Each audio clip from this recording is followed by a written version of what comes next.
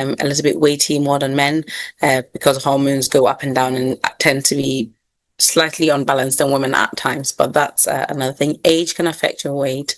Sleep and stress, huge things. Some medications can cause weighty environment, obviously food availability, physical activity, which we'll talk about today as well, and then things like pregnancy and menopause. Again, this brings us back to the gender thing where say pregnancy and menopause, only females really go through that. So you can see why women are at a higher disadvantage of gaining weight than men, because we've got a lot of more of these factors. And if you think about, let's say, I mentioned about 8 to 10 things there. If you're a woman and you've got basically 4 of those and a man has only got 2, then you're obviously higher risk of gaining more weight. So when we talk about obesity, we're not talking about you eat too much or you don't exercise enough. Yes, that can be part of the conversation, but like I said, there are other things that influences as well. So today we're going to focus on less on how much you weigh and more on what's happening inside the body and how we can reduce the health risks and increase the health benefits. So what do I actually mean by obesity? So the definition of obesity is that excess accumulation of body fat that can affect your health. Okay, so that's an important thing. It says excess accumulation of body fat that can affect your health. That's when it becomes obesity. So you can have excess body accumulation of body weight, but if it doesn't affect your health, then you're not obese. Okay, so that's why if you look at the BMI measurement, you've got the bit where it goes like normal weight, you've got a bit which goes like, it's not abnormal weight, and you've got the bit where it says obese, and that's the bit that we're worried about. So that's the obese bit, is the extra at the end when it's usually colored red, so you know you're in the danger zone. Okay, so the BMI honestly usually classifies weight. It has limitations. Okay, so a lot of the time it doesn't tell you where the fat is located. It just tells you, okay, you've got a high body mass index. It doesn't tell you, okay, your fat is located around your tummy, your breast, your bum, and your thighs. It doesn't tell you how much muscle you have. So people who are muscular, or this is where we say again big boned, tend to have high BMIs, but it could be that it's actually more from muscular weight than it is from fat weight, and that's an important distinction, because we tend to say anybody who's got a high BMI is obese, right? But you could be in that high BMI category and be termed obese, but it's not because you've got extra accumulation of body fat which makes you obese. It's more like you've got extra muscles. So there's a difference here as well. And then it doesn't tell us how healthy someone's metabolism is. So 2 people can have the same BMI and have very different health risks. So if you think about somebody who's a bodybuilder who might have a BMI well into the obese race, but they haven't got much fat, they've got more muscle. Okay, that's why healthcare professionals don't really tend to like using BMI unless it's very obvious that it's, from a fatty accumulation, and we actually don't really know. And again, that's why most Africans are also termed to have higher BMIs, because we generally tend to be more muscular and more big bone. So a lot of Africans will go and their BMIs will be, in the obese, but is it really because they're obese, or is it because they've got more muscle or more big bones? Okay. So the important question here isn't how much do you weigh, it is where is the fat stored and what is happening inside the body, because that's what's going to affect you. Okay, so now we go to why does where the fat stored matters. Okay, so we've got 2 different types of fats that I'm going to talk about today. We have something called the subcutaneous fat, which is the fat just under the skin. Okay, this is generally what you can see and what you can feel. Okay, so that's called your subcutaneous fat. So sub just means under, cutaneous is another word for skin, and then fat, so it's just under your skin fat is essentially what it means. Then you have something called the visceral fat. Now this fat is what is stored around your organs. So every organ will have what we call a visceral sheath around it. It's a bit like a cling film. So your heart has it, your lungs have it. If you've ever been lucky enough to actually open up somebody's body, you realize actually if you ever have chicken, okay, if you're vegetarian, excuse me, because this will be French to you, but if you're a meat eater and you've actually ever cut chicken, there's this white film layer on top of the chicken that you can almost peel off. It's very tough, so you can't just rip it off, but it's like if you peel it up, you can obviously, it's like a white filmy layer. Sometimes it can make the chicken a bit slippery. That's your viscera. So every organ has a viscera around it. Your heart has it, your lungs have it, intestines have it, everywhere has it. Okay, now visceral fat is usually stored in within that sheet. Okay, so it's and most of the time it affects your abdomen, so your intestines. You'll see that. Oh, I wish I had a picture to show you. Maybe it'll be a bit too grim, but essentially you can see intestines. You'll see a lot of fat, but then it's trapped within that cling film, and then you can see, if you've ever seen bariatric surgery or looked it up or anything, that's essentially some of the fat that we cut away as well. So yeah, so this is where all the problems come from: the visceral fat, the fat that is surrounding your organs, fat surrounding your heart, your lungs, most importantly, your abdominal organs, so your intestines. This is what we're talking about. Visceral fat is associated with things like insulin resistance. So if anybody was on my talk on Friday, I talked about insulin resistance and PCOS, and so you nailed it, but I'm not going to go into the nitty-gritties of that. If you have any questions about insulin resistance, please do ask. But essentially, visceral fat can cause insulin resistance, which can then essentially lead to type 2 diabetes. It can lead to high blood pressure. It can give you abnormal cholesterol, and it can then eventually lead to cardiovascular disease, or things like I said, angina, heart attack, stroke, that sort of thing. Okay, this is the reason why we measure what we call your waist circumference. And it can be useful alongside your BMI, because your waist circumference tells us where the fat is stored. Remember, I said the BMI doesn't tell us where the fat is stored, but your waist circumference will tell us, is the fat being stored in your visceral organs inside your waist? Okay, so the key message here is a person's waist can tell us something about their cardiovascular and metabolic risk that their weight is not able to tell us. Okay, so just standing on a weight does not really, just weighing yourself and giving me, okay, I weigh 60 kg, I weigh 80 kg, I weigh 110 kg, doesn't tell me anything about where your fat is being stored. But if I measure your waist, then that can tell me, okay, is this weight coming from muscle, or is it coming from central obesity or central fat? Okay, so why is the waist circumference important, and what does it tell us? So I'm taking it as a UK audience, because I think obviously I'm in the UK, and I think most people are here from the UK. So essentially we're increasingly using waist circumference when it comes to sort of health risks, especially when we're measuring it at the GP. So we have something called the NICE guidelines, which is the National Institute of Clinical Excellence, and it's what we as doctors tend to use when we're looking after you. We use those guidelines to help us say what is good and what we should do and what we shouldn't do. Now, essentially, the key message from what NICE guidelines is telling us is, if your waist to height ratio should be basically 50%. Okay, so essentially what it's saying is, if someone is 170 centimeters tall, their waist circumference should be half of their height. So if you're 170 centimeters tall, the measurement of your waist should be 85 or less. That's what you want. Okay, so this is measuring your height with your waist, because we know that taller people are, obviously, you've got more body, so it's essentially it's individualized. We're not saying everybody should be less than 85. If you're 160 centimeters tall, your body weight should be 80%. Your waist circumference should be 80 centimeters and less. That's a healthy bit to be in. So that's a screening tool. It's not a diagnosis. We use it to screen, to say, okay, do you need to lose some weight, or do you need to shed some weight off your waist, essentially. Obviously, these measures can be affected by things like pregnancy, certain medical conditions which affect the body shape, like Cushing's. So Cushing's syndrome, which is an endocrine, so it's a disease that affects sort of your hormones. So that can essentially, and things like even PCOS can give you a bit of added weight. Medications as well. So essentially, we're not going to use the screening tool for everybody, but in a general population where you don't have anything wrong with you, you're not taking any medications, and you're not pregnant, essentially, your waist circumference should be half of your height. Okay, so now we're getting to the important bit. How does the visceral fat, or the fat surrounding your organs, how does that affect your heart? So essentially, if you've got this fat surrounding your organs, like I said before, it leads to insulin resistance.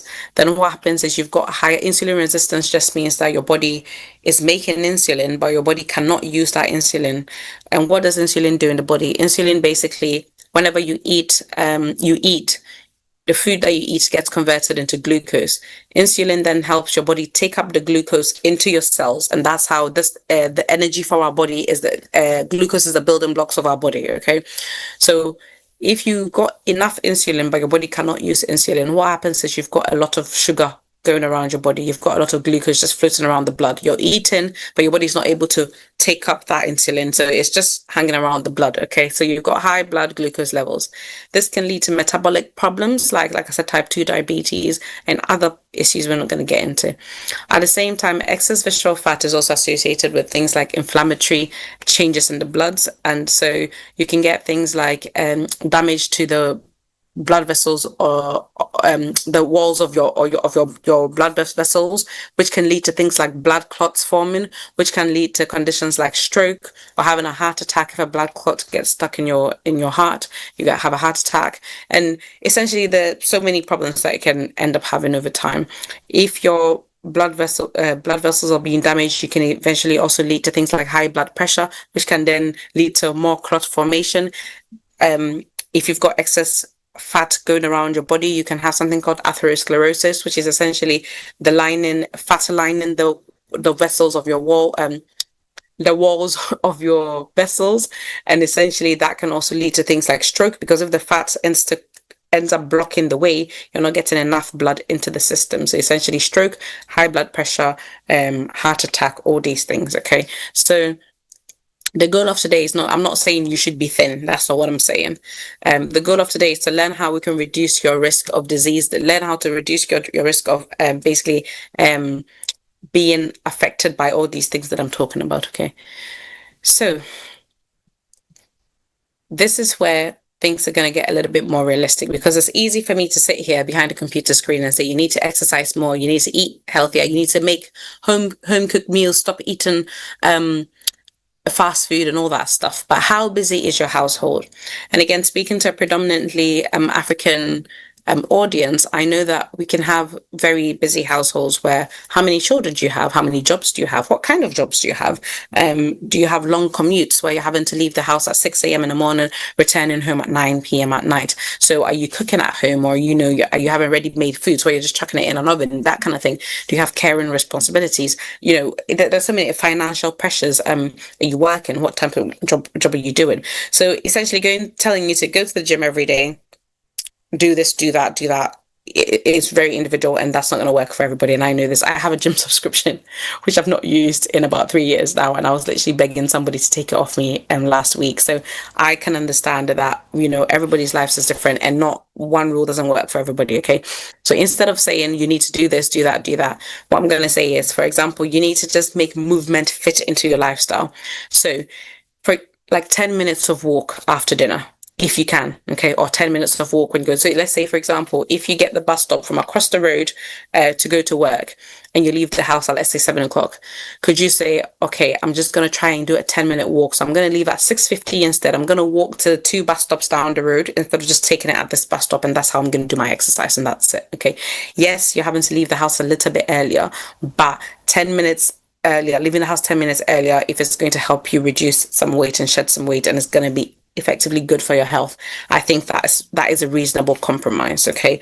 And walk into the shops. If you can walk to your local Tesco's or whatever, instead of driving on a weekend, you can say, okay, instead of depending on what you're going to buy, obviously if you're buying big bottles of water and things like that, but just trying to incorporate a bit of walk, taking the stairs where practical. So if you get to the train station or the tube station and there's a lift, try and take the stairs, even if it's like, and I know London tube stations, gosh, if you take like 2 or 3 of those stairs a day, that's probably enough exercise for the day.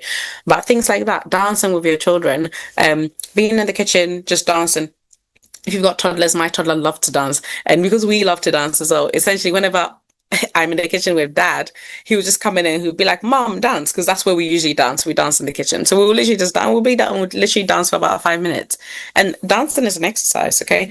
My mom used to do this thing I used to find extremely funny, but essentially she would get back home from work and she would say, okay, I'm going to exercise. And she would literally go up and down the stairs 4 times, and that's what she would do. Bearing in mind she's a 60-year-old, so she can't do too much. So it's for her, that was exercise for the day, and that is very practical. Essentially, you've got stairs at home.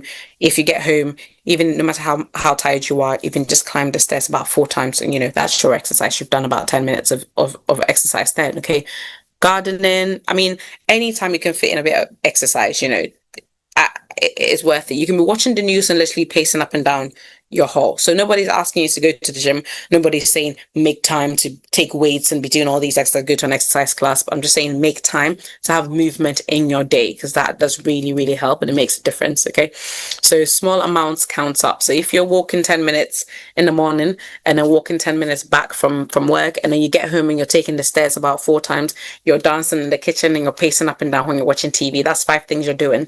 And if you add all of that together, 10 minutes of each, that's 50 minutes of exercise a day. That's more than you're recommended to do. And if you do that for even 5 days a week, that's more than you're exercising you're recommended to do, essentially, on a daily. You're recommended to do 30 minutes of like a moderate exercise a day. So that's more than enough. Okay. Right. Sleep and weight, very important. So sleep is often overlooked, but when you're sleep deprived, it can affect things like your hunger hormones, which can throw your hormones out of balance. It can affect your appetite. It can affect your food choices. Your energy levels are low, and also having lack of sleep can affect something called your insulin sensitivity. So sleep is driven by this hormone called melatonin, and essentially everything in the body is driven by a hormone. So if one hormone is not happy, other hormones tend to react to it. If you're not getting enough sleep, other hormones react to it. Okay. So when you're exhausted, you're more likely to do things quick and not really well. You're more likely to just pass by the McDonald's because you can't be bothered to cook. You're more likely to chuck in a bit of, I don't know, fry a bit of chips because it's easier to make than to actually cook a proper meal. So yeah, sleep isn't a luxury. It's something that we actually need. Think about it this way. I've always been told, do you want to be told to take medication, or do you just want to avoid taking medication in the first place? Sleep is medicine. A lot of people come to me, doctor, I'm feeling this, I'm feeling that, I'm feeling that, I'm feeling that. Oh, mommy, you drobi. Me to me, the medicine I'm going to prescribe you is sleep. Okay. As ridiculous as it sounds, there's something called the sleep calculator online. You can literally just type it in on Google. If you type in what time you sleep, and what time you wake up, it will calculate what time you should go to bed. I was quite surprised to find out that it said I should go to bed at 8 o'clock. That means that I'm almost 30 minutes past my bedtime. But for me to get optimum sleep, it will ask for your age, and then it'll ask for what time you wake up in the morning usually, and it will literally calculate when you should go to bed. But that's basically the time that you should go to bed is your optimum time. For somebody like me who's got kids at home, not always possible, but I try my best to hit close to that. So yes, 8 o'clock is not very practical, but I try to make it 10 o'clock. I try is the word, try. Okay. But if you can try, the closer you can try to get it to that, if you use the sleep calculator, the best, because it will really, really help. Okay. So yeah, I'm not going to talk any more about stress is very important. Stress in families. Now, stress is where I come to the men. Yes, women get stressed as well. But studies have shown that men's stress levels are way. And I guess it's because maybe men just can't take stress as much as women can. Women definitely face more stress, especially women who are working mothers. There's much more stress, and then working mothers in high working positions as well. Men definitely take stress, but I think men just don't deal with stress very well. A lot of men, again, research has shown that a lot of conditions that men suffer from can all be triggered or taken back to stress. So this is where I talk most about men. Yes, this is very relevant to women as well. Don't get me wrong, women do get stressed, but we just handle it a little bit better. Our men colleagues, unfortunately, don't really know how to handle it very well. So stress can affect your eating, your sleep, and your activity levels. Some people eat more when they're stressed. That's mostly a woman thing. Again, I'm not trying to be sexist here, but I'm just, saying what the research out there shows. So comfort eating is mostly a woman thing, but men do it too. Okay. Others tend to lose appetite when they live, and that's more like me. If I'm stressed, I tend to not eat very much, but that's very rare, and not many women like that. Most women would tend to ice cream, chocolate, and things like that, comfort foods. Okay, even in pregnancy, most people tend to comfort foods. So yeah, that's a thing. So rather than thinking, oh, I don't have the willpower to do this, or what's happening, essentially, you need to find how to manage that stress, whether it's, again, I'm going to throw something else. So whether it's meditating or finding some time to have some alone time. So again, on these walks, if you come back from work and you feel you're particularly stressed, take a 10-minute walk. Number one, you're getting exercise in, but you're also clearing your head. The weather's nice these days. You don't need a huge jacket or an umbrella or anything. Just go out 10 minutes of a walk. It clears your head. It really does. You're exercising as well. So you're doing 2 things at the same time. Sleeping can help with stress, okay? But my disclaimer for stress is, if you're really struggling with stress, go and see your GP, because there are things that we can give you. We can signpost you to groups, services that can help with stress. There's so many things that GP services do out there. And this is for you, UK. If you're outside of the UK, just see your healthcare professional, whether that be your health visitor or your general practitioner, your family doctor, whoever it is. See somebody who can talk to you about how you can manage your stress. There's so many things you can do out there, honestly. There's exercise groups. There are like one-on-one talking groups, stress busting groups. So yeah, don't suffer alone. So the last thing I'm going to sort of talk about is the the preventing the crash diet cycle. Okay, lots of people say, okay, I'm gonna diet. A lot of the time that happens around January for your New Year's resolution. Oh yeah, this year, yeah, I'm losing weight. I'm gonna have a healthy life. I'm gonna sign up to the gym. Right. 3 months down the line, sometimes it doesn't even take that long. But essentially, on Monday, be like, I'm starting my diet, very restrictive eating, lots of exercise, no carbohydrates, no sweets, weight drops rapidly, or sometimes your weight drops within a week or two, and then you get exhausted because you're not keeping. That's not a lifestyle that you can maintain. When you're doing a diet, you need to do something that you can maintain for a long term. A diet is not a crash course. When you're having a lifestyle change, you're supposed to do something that you can keep for the rest of your life. So if you're gonna say, I'm just gonna, like, signing up to the gym, it's not supposed to be just for a January thing. It's supposed to be a whole year thing, January to December. So you can't just say, I'm gonna sign up to the gym 3 months, I'm gonna lose weight and I'm gonna stop. So we have to stop doing this crash diet cycle where we diet, we see some results, we stop, it comes back, and we say, okay, we're gonna go back to diet. No, we have to have a healthy lifestyle choice. Okay, so what we need to do is you need to have something small, sustainable, and consistent. So for example, you choose a target. I'm going to lose 20K. So I'm going to try walk 20 minutes 3 times a week.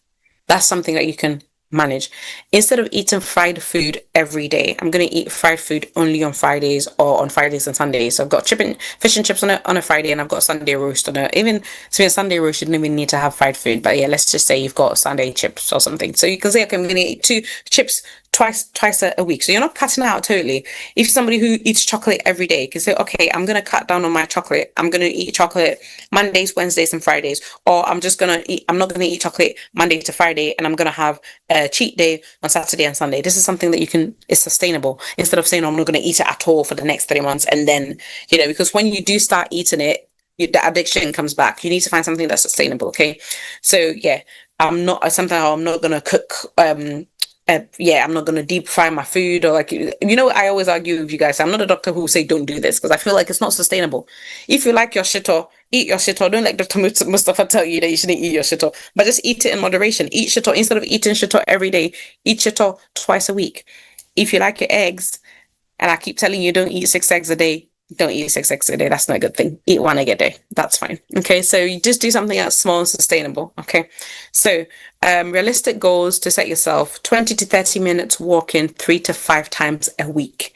So again, if you do 10 minutes walking every day, that's realistic. And again, if you incorporate it into your normal life cycle, 10 minutes before work or after work, whatever works for you, or even at lunchtime. For example, a lot of healthcare professionals at my workplace, at lunch, we have a 30-minute lunch break. So I know somebody who literally uses a lunch break. He walks to the shops to get like water or something, to get like a fruit or something. He comes back. You might not be able to be getting a fruit from your local shop every day, because it does cost money. But essentially, you can spend 10 minutes walking to like a park, especially when the weather's nice.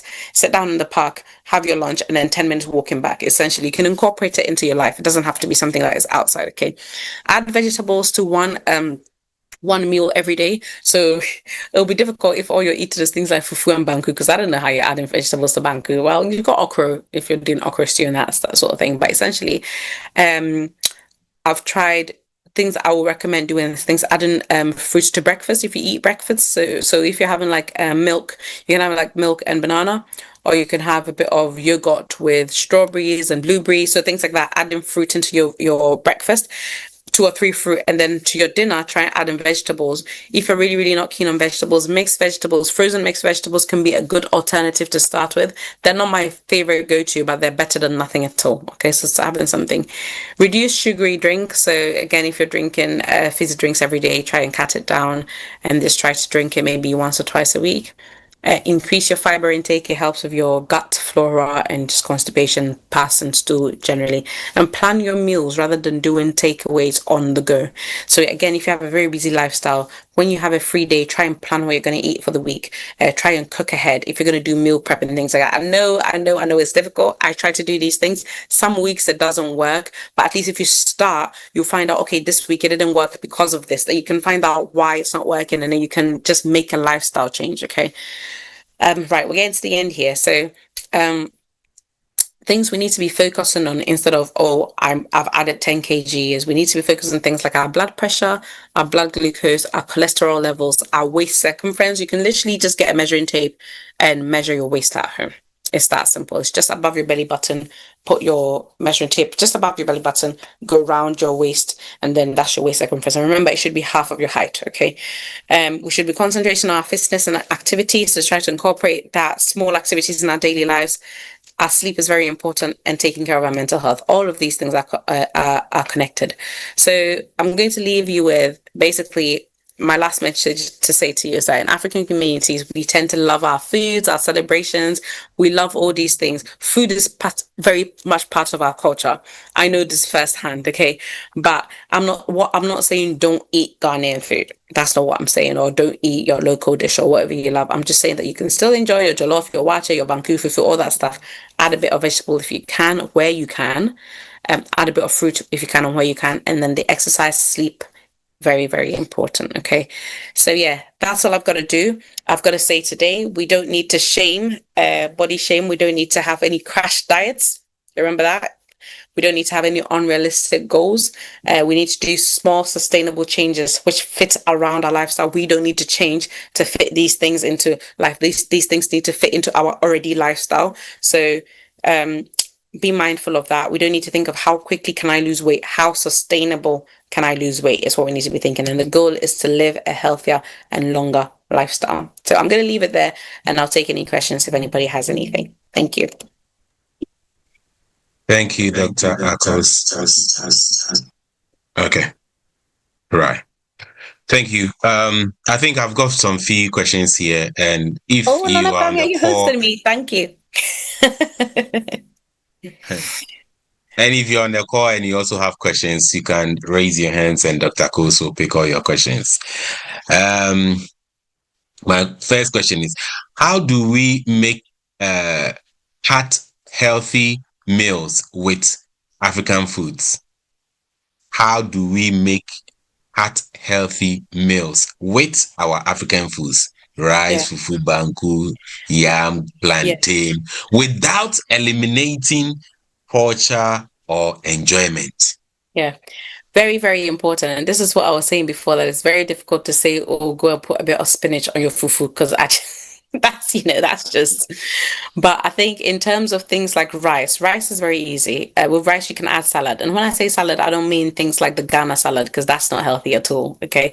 Like the way Ghanaians make that Ghana salad is not healthy one bit. Like, with like the mayonnaise and all that. No. What I mean by salad is just a bit of leaves, a bit of tomato, a bit of carrot, and a bit of onion. That's pretty much it. That's all I mean. No sardine, tuna, baked beans. Nah, not that kind of stuff. Or even just a frozen vegetable. So whenever you're having a rice meal, if you're having jollof rice or fried rice or even wache, you can literally have frozen vegetables or salad next to it. So that's easy with the rice meals. When it comes to the swallow meals, now that's difficult. Okay, so with banku, it's easy because okra is actually a vegetable. The only thing is we kind of tend to overcook it. So that's the one thing. So I had a Zimbabwean friend, and I really like the way that they made their okra. So they used to chop it and have it a bit steamed or boiled to the side, and then they used to sprinkle it on top of like the sauce. So they'll have like a normal stew, and then they'll sprinkle a bit of the okra. Why not try that? You can have the okra soup, but then you can have a bit of steamed next to it as well to just add to it. So that's not so overcooked or overboiled. You can add a bit of greens to that as well. So a lot of Nigerian soups I know has a lot of greens. So like you've got spinach and all those things, but essentially you can add things like broccoli. Yeah, it might not taste the same, but I think it's just about trying to live that healthy lifestyle. In terms of a lot of our swallow meals as well, what I would say is portion control.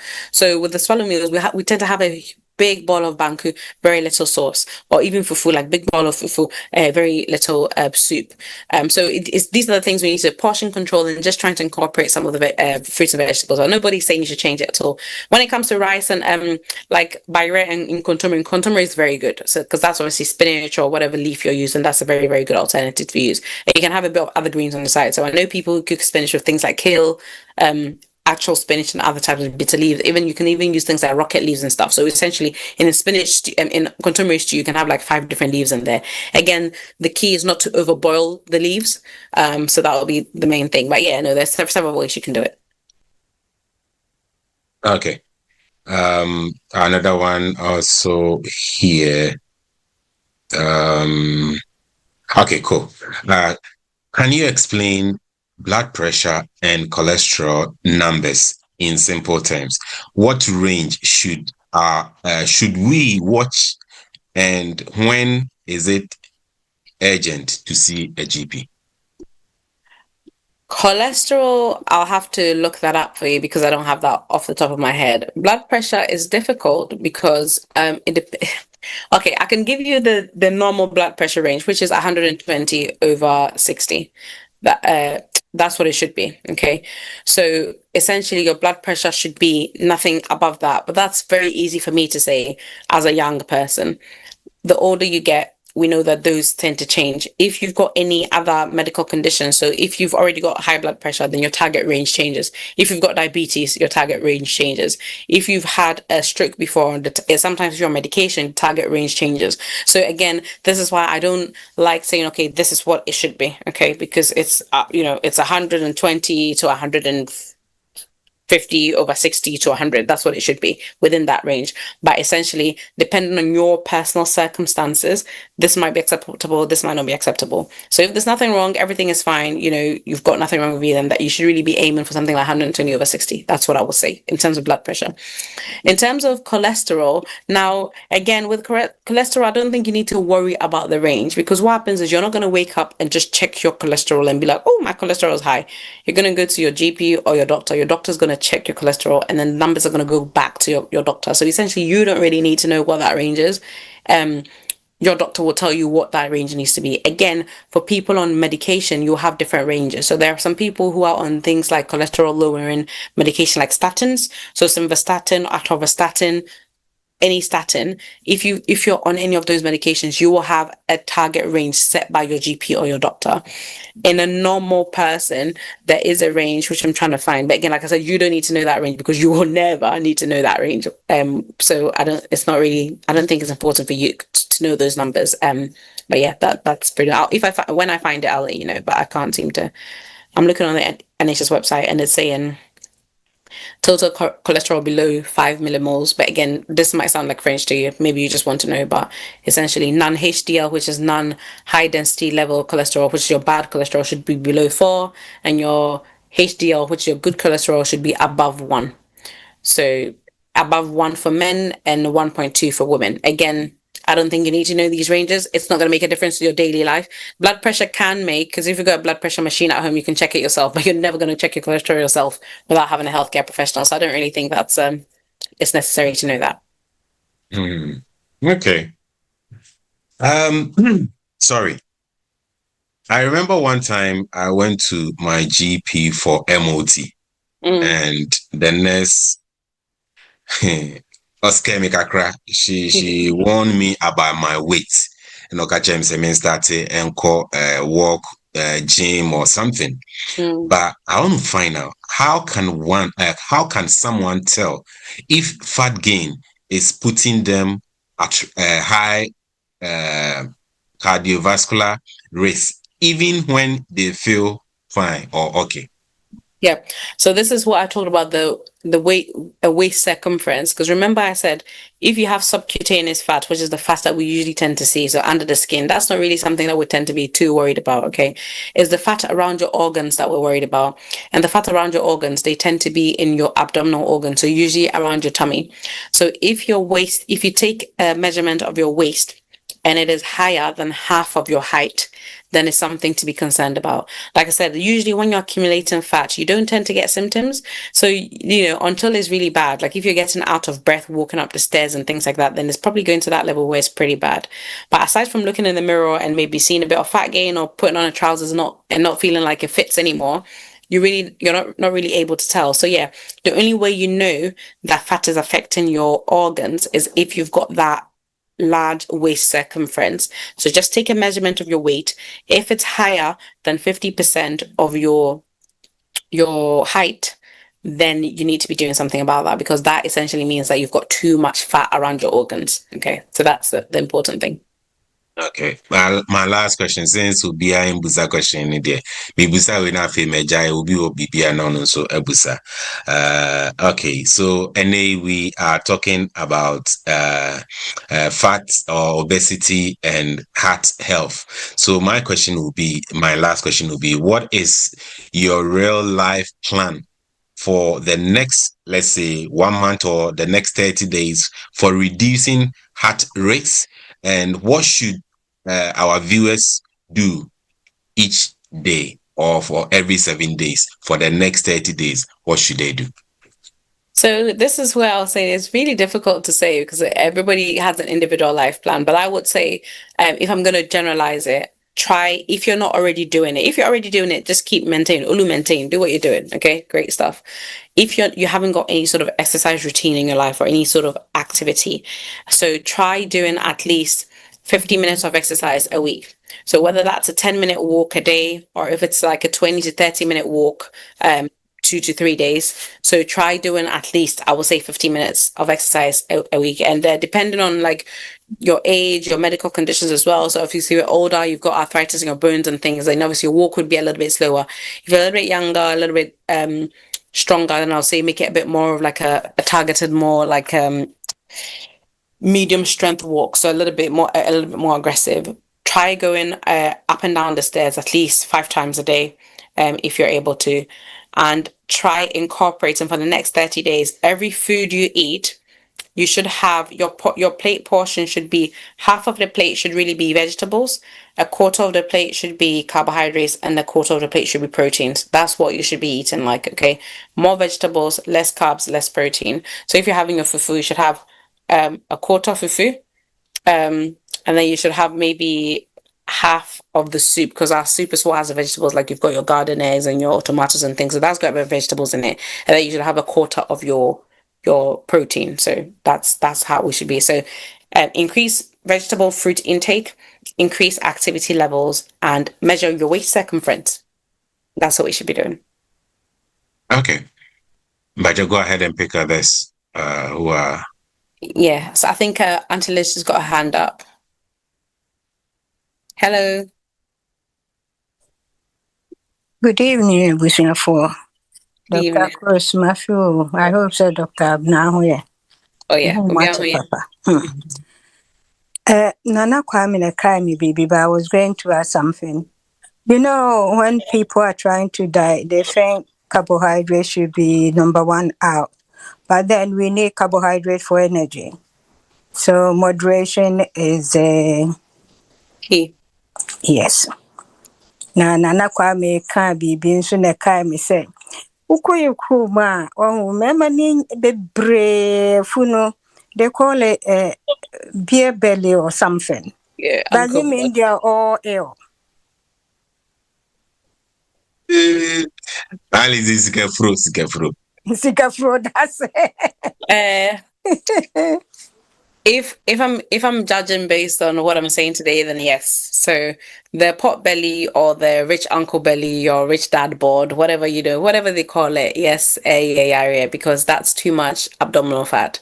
Now, something I didn't talk about today was alcohol. We know that alcohol can increase your visceral fat as well. So the abdominal fat that we've realized from a lot of the studies have shown that in terms of, again, African men, is that a lot of that stems from actually alcohol as well. But already we have such a poor diet, and then coupled with that, the alcohol. So yes, that visceral fat. And remember that not only does that visceral fat affect the cardiovascular system, but alcohol in itself also affects the cardiovascular system. So that's like double utosis. Essentially, that's double risk factors to getting cardiovascular disease.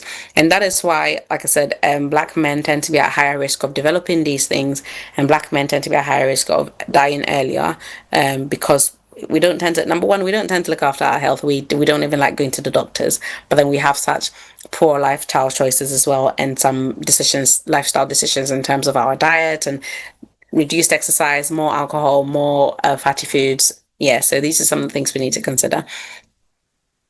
But no, thank you for that question. That was very important question, and not even just the uncles as well, aunties as well. I feel like within the African communities, you know, like everybody's just a bit big bodied. But, you know, that's what I was saying last week when we say in Africa, it's almost seen as the bigger you are, the healthier you are, the richer you are. That's why they call it the rich uncle body or like the rich dad bod. Because, you know, if you're skinny, then you're not rich, essentially. If you're rich, then you've got to be fat. So, yeah, I think, is a mentality we need to change. Thank you. Yeah, thank you for the question. Okay. I think that's all the questions for today. I don't think we've got any on YouTube or Facebook, and I don't think I've got any more in my chat link. Nana Kwame, do you have any more? No, please. Okay, so I'm just going to round off by saying that today's talk was not to body shame or to say to anybody that, you know, you need to lose weight. It's just to say that we need to keep an eye on our weight, but the weight in itself is not the most important thing when it comes to heart health. Yes, it can contribute to it, but again, if you're more muscular from gymming and doing other stuff, weight's not really important. But the waist circumference, so if you've got measuring tape at home today, go measure your waist. If you know your height, make sure that your waist is below 50% of your height. So if you're 100 centimeters, make sure your waist is less than 50 centimeters. If your waist is higher than what it should, more than 50% of your height, no need to panic. All you need to do is make some steps towards changing your lifestyle. So, like I said, actually everybody should be doing this regardless anyway, but increase your vegetable and fruit and vegetable intake, increase your activity level, just incorporate it into your lifestyle. I'm not asking you for a gym membership. I'm just saying walk when you can. And then also make sure you're sleeping on time. Use the sleep calculator, search sleep calculator on Google, put in the details. It'll tell you when you need to sleep. Try to keep your sleep as close to that time as possible. And yeah, and just keep your stress levels down. And keep coming to the OTE talk show for your health tips and any questions that you have on medicine and health. Thank you. Having said all of that, thank you for coming to the show. We hope to see you again next week. And then after this month, we'll be changing the structure of how the OT Health Talk works. So I'll be giving you more details on that at the end of the month. But hope to see you all next week. Same time, same place. Remember, every Thursday, we also have time with Taptap. So same time, same link. Make sure you join us this week. We're talking about owning land in Ghana. I think it's very important and very interested, actually, so to learn that. So hopefully I'll see you all tomorrow. And then, of course, on Fridays, we've got Ask the Lawyer. So in the same way you can ask the doctor any questions here, you can ask the lawyer any questions at all about immigration in the UK. Once again, thank you all for making it your time, spending your beautiful time with us this evening, on this eclipse night. You know, come in very, very warm nights, but come in to join us today. We really, really appreciate it. And hopefully I'll see you soon. Bye-bye. Dr. Akosua won't find notice me man them proud. Nana Kwame, say Nana Kwame. But me do rap just from me say in a minute in Sabakandia and then one Taptap Send. Yeah, ebusiafo we didn't Nana Kuma Pachlewa one. They recommended Taptap Send amamo. And that's how for also for baby. Now you basa. Our rating so yeah. Our year A1. Into pian road do Taptap Send. That also is for Taptap. Yɛbɔ de wɔkyerɛ amansan yɛbɔ de wɔkyerɛ Ghana for say yɛwɔ akwantu ne yɛde sika kɔfie nie me yɛn fɛnfa baabi a yɛbɛnu yɛn ho tap ɛdɛmu fuwa Taptap Send in this street The tap de no ana ɛkɔ Taptap and one na piao.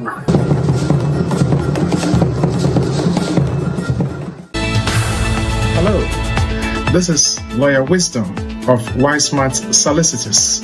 Join me this and every Friday on OT TV from 8 to 9 p.m. for all your UK immigration matters. I hope to see you there. Thank you.